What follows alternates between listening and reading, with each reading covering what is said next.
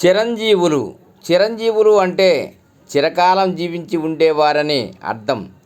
అశ్వత్థామ, బలిచక్రవర్తి, వ్యాసుడు, హనుమంతుడు, విభీషణుడు, కృపాచార్యుడు మరియు పరశురాముడు వీరు 7 చిరంజీవులు. నిత్యం వీరిని స్మరించడం వల్ల ఆనందంగా జీవిస్తారు. సప్త చిరంజీవులు 7 అమరజీవులు గురించి స్మరించే శ్లోకం ఇది. హిందూ సంప్రదాయం ప్రకారం ఈ శ్లోకాన్ని ఉదయాన్నే పఠించటం వల్ల ఆయురారోగ్యాలు సిద్ధిస్తాయని నమ్ముతారు. శ్లోకం: అశ్వత్థామ బలిర్వ్యాసో హనుమాం చ విభీషణః కృపా పరశురామశ్చ శఫ్లేతే చిరంజీవినః. అర్థం: 1. అశ్వత్థామ ద్రోణాచార్యుని కుమారుడు. 2. బలిచక్రవర్తి ప్రహ్లాదుని మనుమడు, దానగుణానికి ప్రసిద్ధి. 3. వ్యాసుడు వేదాలను విభజించి మహాభారతాన్ని రచించిన మహర్షి. 4. హనుమంతుడు రామభక్తుడు, శక్తికి రూపం. 5. విభీషణుడు రావణుని సోదరుడు, ధర్మానికి కట్టుబడినవాడు. 6. కృపాచార్యుడు కౌరవ పాండవుల గురువు. 7. పరశురాముడు విష్ణుమూర్తి 6వ అవతారం. ఈ 7 స్మరించడం వల్ల అపమృత్యు భయం తొలగిపోతుందని భక్తుల విశ్వాసం. కొన్ని ప్రాంతాలలో మార్కండేయ మహర్షి పేరును కూడా కలిపి అష్టచిరంజీవులు 8 మంది అని పిలుస్తారు. అశ్వత్థామ బలిర్వ్యాసో హనుమాంచ విభీషణః కృపా పరశురామశ్చ సప్త ఏతైః చిరంజీవినః సప్తైతాన్ సంస్మరణేనిత్యం మార్కండేయ తథాష్టమం. జీవేద్వర్ష శతం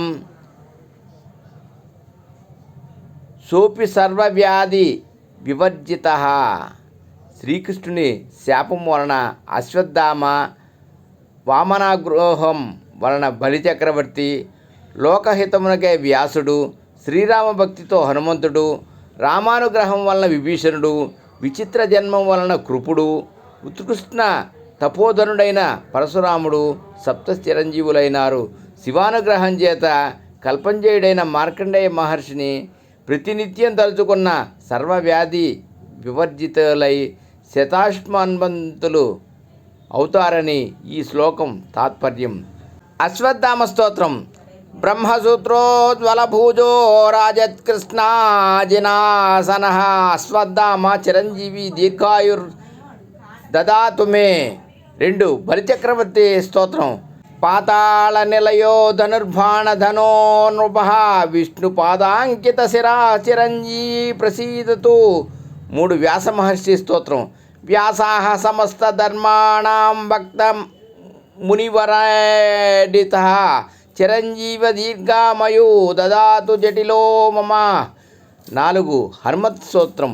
హనుమాన్ రామపాదాబ్జ సంజీవర్ణి వరనుచితః సంజీవనో సౌహార్దవచరాగా శాంతిం దాదాతు మే. విభీషణ స్తోత్రం.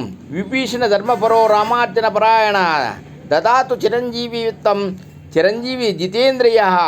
6. కృపాచార్య స్తోత్రం. కృపాః కృపా పయో రాశి తపస్వి చిరవస్త్రాదుడు వితనోతు ప్రసన్నాత్మ యావజ్జీవం ఆరోగతాం. 7. పరశురామ స్తోత్రం. పరాశూజ్వల హస్తబ్బో జటామండల మండితః దదాతు చిరంజీవిత్వం ప్రసన్నాత్మ భృగుర్ధ్వః. వీరితో పాటు మార్కండేయ మహర్షి, ధ్రువుడు మరియు ప్రహ్లాదుడు కూడా జన్మతః చిరంజీవులని చెప్పబడుతున్నారు.